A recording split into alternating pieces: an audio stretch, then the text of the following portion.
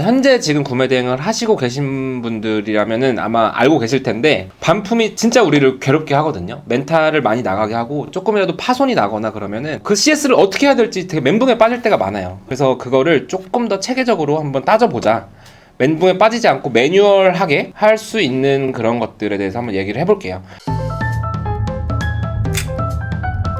다음은 타오바오에서 키워드 검색으로 상품을 소싱하는 방법이에요. 지금은 제가 네이버에서 가져다가 하는 것들을 말씀을 드렸잖아요. 특정 카테고리에 한해서는 타오바오에서 키워드 검색으로 상품을 소싱하는 것도 괜찮습니다. 지금 여기는 싱글소파라고 예시가 나와 있는데, 싱글소파 같은 경우는 미리 키워드 몇 개만 좀 따놓고 타오바오에서 싱글소파를 검색해서 화면을 한번 보는 거예요. 지금 같이 한번 볼까요? 중국어가 이렇게 되거든요. 그거를 타오바오에서 검색을 한다.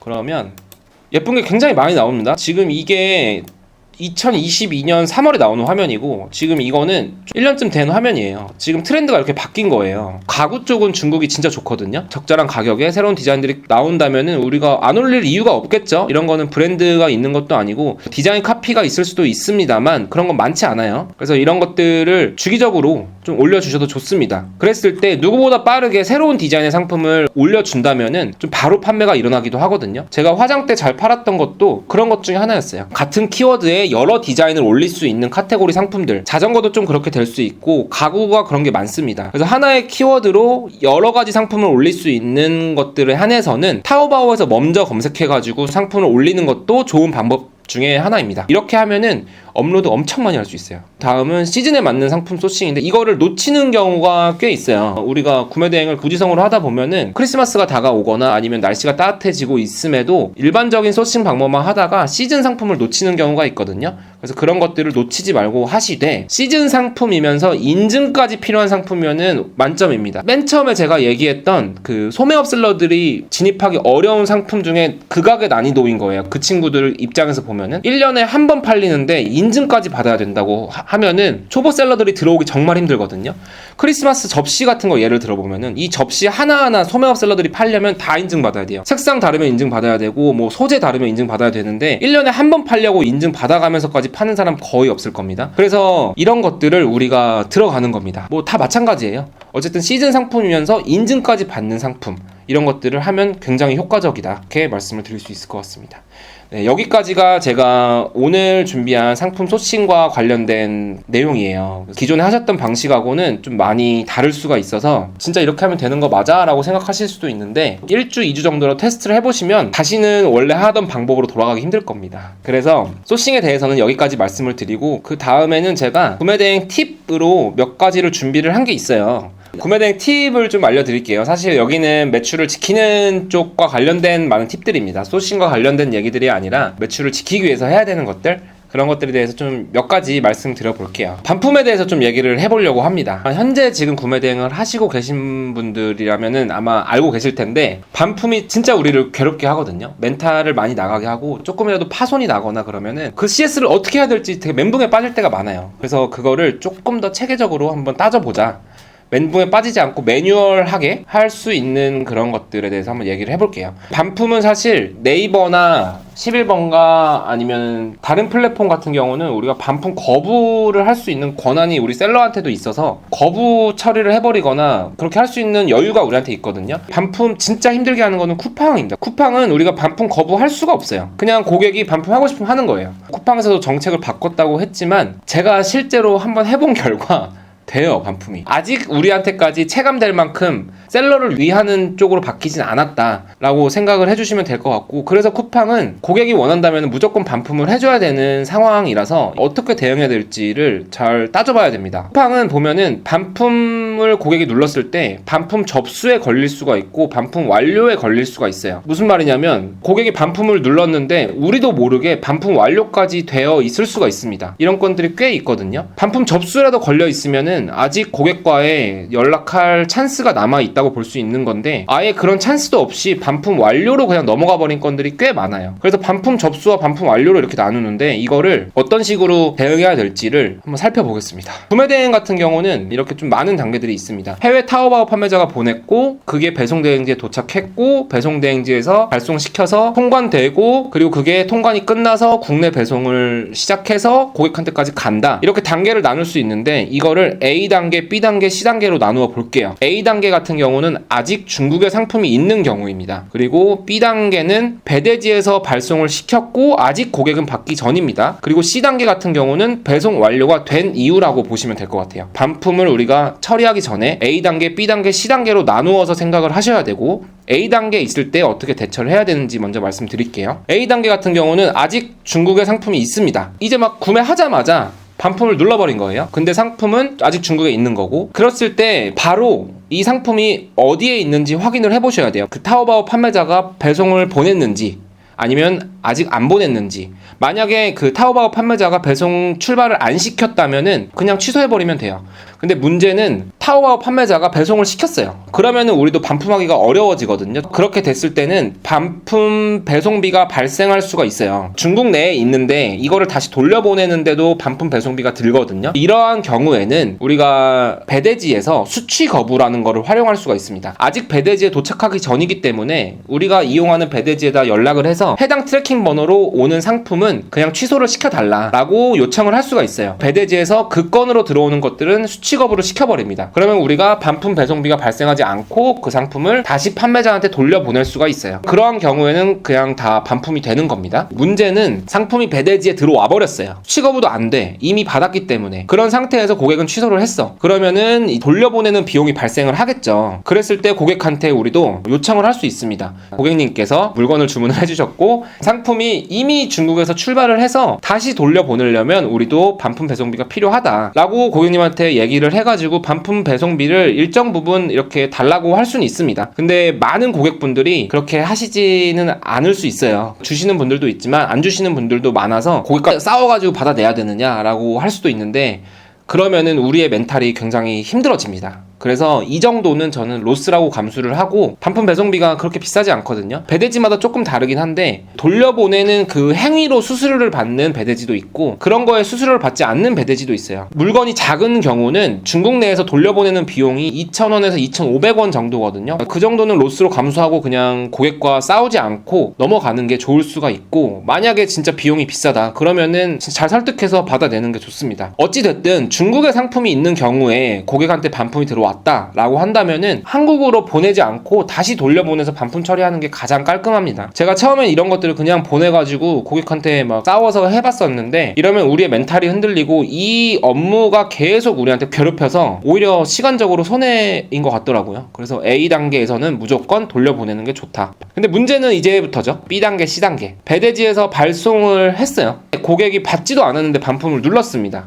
이랬을 때 두 가지를 또 따져봐야 돼요. 지금 쿠팡에서 반품 접수 상태인지 반품 완료 상태인지를 따져봐야 되는데 B단계에서 반품 접수 상태라면은 고객도 아직 상품을 받지 않았고 반품이 완료가 되지도 않아서 이게 반품이 되는지 안 되는지를 몰라요. 그래서 그 빈틈을 우리가 조금 공략을 하는 걸로 해서 고객들한테 지금 이 시점에는 반품이 안 됩니다. 국내로 입고돼서 통관 중이라서 반품이 안 된다라고 말씀을 드리면서 반품 요청을 철회하도록 권유를 할 수가 있습니다. 그러면은 그거를 이해하시고 철회를 해주시는 고객분들도 꽤 있어요. 근데 안 받아주시는 고객분들도 있습니다. 난 모르겠고 그냥 반품해달라 라고 하면은 일단 주소 변경이 불가하니까 그냥 배송 진행될 거라고 안내를 해주시는 게 좋습니다. 만약에 반품 요청 철회를 권유했는데 그거를 싫다고 하는 고객들이 많이 있을 수 있잖아요. 그러면은 일단 배송은 될 겁니다. 배송되고 나서 상품 도착하면은 그때 제가 회수하겠습니다 라고 말씀을 드리고 일단 그 고객과는 얘기를 끝내는 게 좋습니다. 반품 접수 상태에 있으면 그렇게 진행을 하시면 되고 만약에 고객이 받지도 않았는데 반품 완료가 돼버렸다. 그러면 우리는 더 이상 할 수 있는 게 없어요. 반품 완료를 받으셨기 때문에 우리가 할 수 있는 게 없고 그냥 그거는 배송 완료되도록 놔두시면 됩니다. 이제 그 왜 놔두냐 하는 거는 쿠팡의 경우에는 보상 요청이라는 게 있기 때문이에요. 쿠팡에다가 보상 요청을 우리가 할 수 있습니다. 그 보상 요청 기준이 고객한테까지 배송이 됐느냐 안 됐느냐가 중요해요. 만약에 우리가 중간에 주소지를 바꿔서 우리한테 갖고 오게 만들어 버리면은 그거는 보상이 안 됩니다. 그래서 우리가 보상 요청을 염두에 두고 의도적으로 고객한테까지 배송을 시키는 거예요. 이거는 반품 접수든 반품 완료든 똑같습니다. 배송까지 완료를 시켜주시고 그 뒤에 보상 요청을 해주시면 된다. 이렇게 대응을 해주시면 좋을 것 같아요.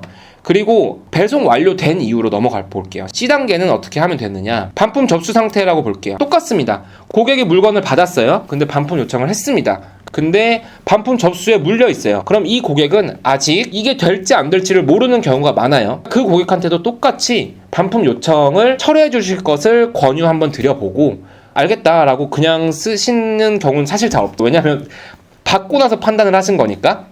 근데 그랬을 때 고객들한테 할인을 좀 제안을 해보는 것도 방법입니다. 다시 재판매가 어렵잖아요. 그래서 그 고객이 그냥 쓰는 게 저희한테 가장 좋아요. 만약에 정말 반품을 하겠다라고 한다면은 그래도 우리가 손해보지 않는 선에서, 혹은 일정 부분 손해를 보더라도 할인을 제안을 해가지고 그 물건을 그 고객한테 넘겨버리는 게 가장 좋습니다. 이렇게 했을 때 고객들이 좀 수긍해 주시는 분들도 꽤 있어요. 여기서는 반품 요청 철회를 한번 말씀을 드려보고 그 싫다고 하면은 할인까지도 말씀을 드려보는 게 반품 접수 단계에서는 좋습니다. 그것도 싫다라고 하면은 그것도 이제 상품 회수를 하시면 돼요. 회수하시고 쿠팡에다가 보상 요청으로 들어가면 됩니다. 그리고 반품 완료 상태인 경우, 이거는 게임 끝났습니다. 고객이 물건을 받고 반품 완료까지 이미 다 받으셨어요. 이때는 고객이랑 뭐 싸우고 말고 할 것도 없이 이미 반품이 끝났기 때문에 그때는 그냥 쿠팡 보상 가야겠다라고 생각해 주시면 되고, 만약에 이게 뭐 파손이 나서 그랬다라고 한다면은 보험들이 꽤 있을 거예요. 보험 정책을 운영하는 배대지들이 작년부터 해가지고 굉장히 많아졌거든요. 배대지를 선택하는 기준 중에서 보험도 굉장히 중요한 요소인데, 보험이 있는 배대지라면은 이 보험 정책을 적극적으로 이용을 하시고, 그리고 쿠팡 보상도 같이 이용을 해주시면 좋습니다. 그리고 상품은 회수를 하시는데 개인 셀러들은 계약된 택배사가 없기 때문에 상품을 회수하는 게 어려워요. 그래서 상품을 회수하실 때 홈픽이라는 업체를 이용해가지고 회수를 하시는 게 가장 저렴합니다. 로지아이라는 업체도 있고 여러 가지가 있는데 홈픽이 가장 저렴합니다. 그래서 배송 완료된 이후라면은 이런 식으로 대응을 해주시면 좋습니다. 너무 어렵게 설명하는 걸 수도 있는데 다시 한번 짧게 설명을 드려볼게요. A단계라면은 아직 중국에 상품이 있으니까 일단 고객한테는 무조건 반품을 해주는 게 깔끔하고, 취거부를 이용하는 것도 좋고, 반품비가 발생을 하면은 고객한테도 요청해보는 게 좋다. 그렇게 A단계는 대응을 해주시고, B단계, C단계가 문제인데 반품 접수와 반품 완료에 따라서 대응해야 되는 게 다르니까. 근데 반품 접수라면은 반품 요청 철회를 권유를 해보고, 그것도 안 된다면은 할인도 제안해보고 상품을 일단 고객한테까지 가게 만들어라. 반품 완료라면은 이미 게임이 끝났기 때문에 배송 완료시키고 쿠팡 보상 요청 쪽으로 넘어가는 게 좋다. 네, 이렇게 생각해 주시면 좋을 것 같습니다. 쿠팡 보상 요청이 아마 모르시는 분들도 있을 텐데 조금 더 설명을 드려볼게요. 쿠팡에는 쿠팡 보상 요청이라는 제도가 있습니다. 과의 이런 구매 절차 관계를 청약이라고 얘기를 하는데, 이 청약 철회에 대해서 쿠팡에서는 보상을 해주는 기준들을 갖고 있습니다. 최근 한 달 사이에 보상에 대한 그 조건들이 굉장히 까다로워졌습니다. 예전에는 상품가 전체를 쿠팡에서 보상해 주는 경우들이 많았어요. 뭐 안 되는 경우도 있지만 거의 90% 확률로 상품가까지 보상을 받을 수가 있었는데, 현재는 굉장히 어렵습니다. 그래서 배송비까지는 쿠팡을 통해서 보상을 받을 수 있고, 근데 배송비라 함은 우리가 굉장히 많은 비용이 배송비라고 볼 수 있습니다. 일단 배대지 비용, 고객의 상품을 우리가 5,000원에 갖고 왔든 6,000원에 갖고 왔든 그 중국에서부터 국내 고객까지 보냈던 그 비용과 회수하는 그 비용, 그리고 다시 우리가 중국으로 돌려보는 비용까지 전부 쿠팡에서 보상을 해주고 있습니다. 이거는 지금 쿠팡의 업데이트된 정책이기 때문에 이거는 적극적으로 활용을 해보시는 게 좋아요. 근데 상품가를 보상해주는 경우는 파손이 됐을 경우에, 그랬을 경우에는 쿠팡도 보상을 상품가를 해준다 라고 정책이 나와 있으니까 그 정책대로 우리가 10분 활용을 해보면 좋을 것 같습니다. 쿠팡 보상 요청은 좀 검색해보면 찾을 수 있어요. 그리고 CS 쪽에 대해서 팁을 좀 말씀드릴게요. 구매 대행을 하다 보면은 전화가 많이 오는데 전화를 못 받는 경우도 많이 생깁니다. 그리고 부업으로 하시는 분들 같은 경우는 업무 중에 오는 전화를 못 받잖아요. 뭐 화장실 가서 받을 수도 없고 굉장히 좀 어려울 텐데, 그거를 방지를 하고자, 그러니까 전화를 받지 않더라도 고객들이 연락할 수 있는 채널을 만들어 주는 거거든요. 아톡을 사용해서 톡 채널로 고객 유인하기라는 건데, 아톡이라는 게 070 번호를 만들어주는 어플리케이션입니다. 핸드폰에다 설치하시면은 내 070 번호가 부여가 돼요. 굉장히 저렴하거든요. 이거는 070 번호가 나오는 거니까 일단 아톡을 가입을 하셔서 070 번호 부여받고 CS 대표 번호로 그걸 설정을 해주시면 일단 저한테 070 번호가 생기는 겁니다. 그러고 나서 이제 아톡의 또 다른 장점 중에 하나가 그 070 번호로 걸려오는 전화에 컬러링을 입힐 수가 있거든요. 그 컬러링을 만들어주는 겁니다. 그 컬러링 내용이 지금 제가 전화 받기 힘든 상황이고 카카오톡에서 뭐 무슨 스토어를 검색해서 그쪽에다가 연락을 주세요 라고 하는 컬러링을 이 070 번호에다가 입히는 거예요. 이거는 한번 들려드릴게요. 안녕하세요. 조마크 스토어입니다. 코로나19 확산 방지를 위해 고객센터를 축소 운영하고 있습니다. 원활한 전화 상담이 진행되지 않고 있는 점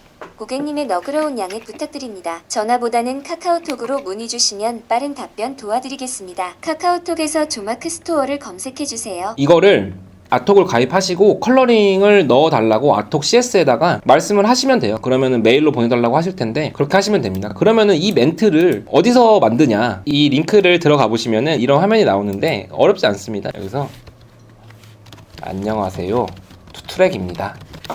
네. 이렇게 하시면 안녕하세요. 투트랙입니다. 네, 이렇게 나오고 여기 뭐 아라도 있고 민상이도 있습니다. 안녕하세요. 투트랙입니다. 이게 좀 비슷하겠네요. 뭐 보통 아라로 하시면 될 것 같은데 이걸 하셔가지고 제 거 그 대표님들 거 그 대표 번호로 해 놓으시고 그거를 이제 카카오톡 톡 채널 비즈니스 채널을 하나 만드셔가지고 그쪽으로 고객을 유도하는 거예요. 그러면은 굉장히 화가 나신 고객분들이 그쪽에 많은 대화를 남겨 놓을 겁니다. 그거를 정해진 시간에만 대응을 하시면 될 것 같아요. 그래서 부업하시는 분들은 이거를 필수적으로 이렇게 해주시면 좋을 것 같습니다. 또 하나 제가 또 말씀드리고 싶은 게 있는데 구매 대행을 하시다 보면은 일일 장부를 작성을 하는 거다라고 많이 들으셨던 적이 있을 텐데 일일 장부는 당연히 작성을 해야 되는 게 맞습니다. 내가 사업을 하면서 어느 정도의 수익금이 남았는지를 확인하려면 일일 장부를 작성하는 게 맞고, 근데 그거는 실제로 그 장부상 금액일 뿐이에요. 그래서 우리가 이 사업을 매달 하면서 한 달 입출금 내역을 작성해 보시는 거를 저는 무조건 추천을 드립니다. 이게 뭐냐면 일일 장부는 굉장히 작성하기 어려운데 이건 어렵지 않습니다.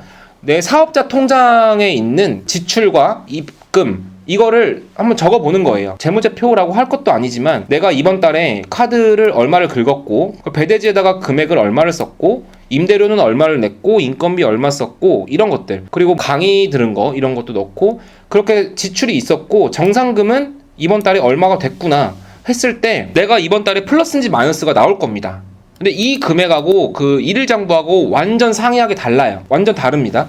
그 이유가 쿠팡 이놈이 정산 주기가 너무 느리기 때문인데, 이런 이유 때문에 우리가 한 달에 내가 진짜 얼마가 남았는지를 무조건 알고 가셔야지 내가 지금 플러스된 사업을 하고 있는지 마이너스된 사업을 하고 있는지 확인을 할 수가 있는 겁니다. 이거를 안 하면은 나는 사업을 잘하고 있고 일일 장부에는 돈이 남았는데 왜 나는 계속 돈이 없는지 이런 거에 대한 그 원인을 파악을 못 하게 돼요. 그래서 고정비가 얼마 나가는지 잘 따져보셔야 되고 반드시 이거를 꼭 하셨으면 좋겠습니다. 이거는 뭐 따로 뭐 양식을 제가 드리고 할 건 아니고 한번 만들어 보시면 돼요. 여기까지가 제가 오늘 구매 대행과 관련한 팁을 말씀드리는 시간이었고, 마지막으로 제가 말씀드리고 싶은 부분은 마인드 세팅 부분입니다.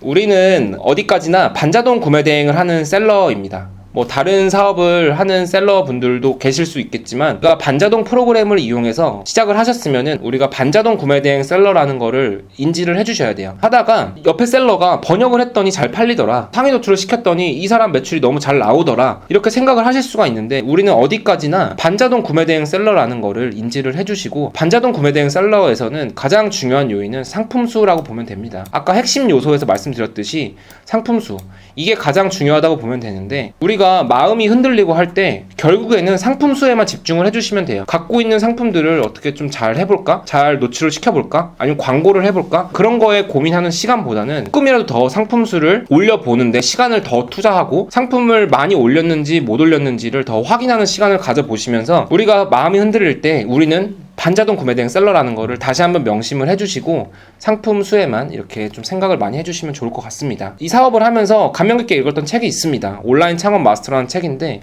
거기에 나오는 얘기입니다. 장사를 하는 사람한테 열정과 끈기라는 것은 억지로 마음 먹으면 생겨나는 게 아니라 경쟁자들보다 우월한 조건을 갖추면 자연스럽게 생겨나는 결과물이다 라고 얘기를 하는데요. 이게 진짜 맞는 얘기 같거든요. 우리가 구매 대행을 왜 하려고 했는지를 생각해 보셔야 돼요. 보통 주변 사람이 얘기를 했거나 아니면 아니면 잘 된다는 얘기를 듣거나 아니면 유튜브를 봤거나 이러한 사유로 구매 대행을 시작했을 겁니다. 근데 이렇게 시작했을 때의 그런 열정들은 사실 한 달, 두 달이면 끝나요. 조금 사업이 안 되는 것 같다 하면은 다 포기하시거든요. 제가 구매 대행을 시작하고서 주변에 있던 많은 셀러들이 다 없어졌습니다. 근데 지금까지 사업을 지속하는 분들은 매출이 잘 나오신 분들밖에 없어요. 당연한 얘기지만 매출이 잘 나오게 되면은 열정과 끈기가 자연스럽게 따라옵니다. 그러기 위해서는 우리가 우월해져야 돼요. 아까 제가 맨 처음에 말씀드렸죠. 우월한 조건이 이 세 가지입니다. 상품수, 카테고리 다각화, 적절한 가격. 이 세 가지가 구매 대행 셀러로서 남들보다 우월하다면 우리는 그 열정과 끈기가 생길 때까지는 진짜 갈아 넣으셔야 됩니다. 3시간, 4시간이 되는 게 없고 정말 처음에는 12시간, 14시간 투자를 하셔야 돼요. 제가 지금 여기서 말하는 거 이상으로 훨씬 더 좋은 방법들을 찾으셔야 되고 좋은 프로그램을 내재화 시키셔야 되고 시간을 축소시키셔야 됩니다. 그랬을 때 남들보다 훨씬 더 우월하게 구매 대행을 진행하실 수 있을 것 같아요. 네, 그럼 저는 오늘 여기까지 말씀을 드리고 다음에 또 옹꿈사에서 뵙는 걸로 하겠습니다.